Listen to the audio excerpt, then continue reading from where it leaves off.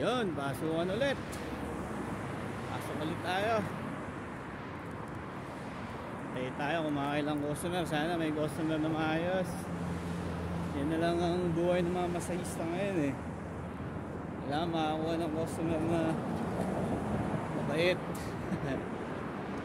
Lahat naman lugar may ganun. May ayaw sa galaw mo, may gustong gusto sa galaw mo.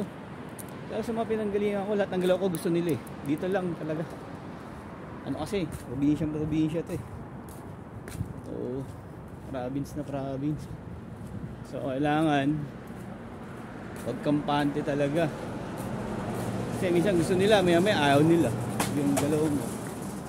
Kaya dapat talaga naka-focus ka sa kanya.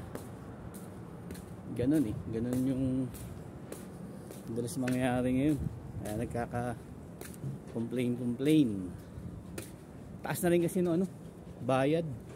At magkaano lang. Ngayon, ano na? 149 real na. Mahal na rin sa kanila yun. Pero ganun pa rin, pupunta pa rin sila. Marami pa rin nagpapamasahe. Customer pa rin kami. Ganun talaga yan. Dapat trabaho lang talaga. Sa masahin mo lang na maayos, okay naman. Dati araw-araw ako na-complain. Tagal ko na dito, na-complain pa rin ako. Kasi nga, iba yung nila eh. Basta lugar-lugar din sila, parang Pilipinas din. May Visayas, gano'n, may galing gano'n, may galing ganyan. Hindi guys, mga pinanggalingan ko lang talagang ano sila, yung pag nakatulog sila, okay na.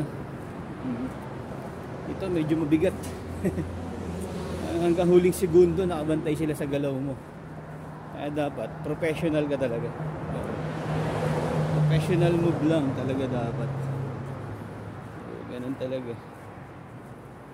Yun talaga yung yung camera ko eh. Low quality. Importante na bibidyo ko yung mga di masabi kung huling ko na to, huling abroad ko na to. Medyo 44 years old na ako eh. Sana maabot pa mga 6 years pa para mag-graduate yung isang anak ko. Ano naman talaga habol ko dito, kaya nandito ako eh. Malapit na ako sa trabaho. Mamaya ulit bago umuwi.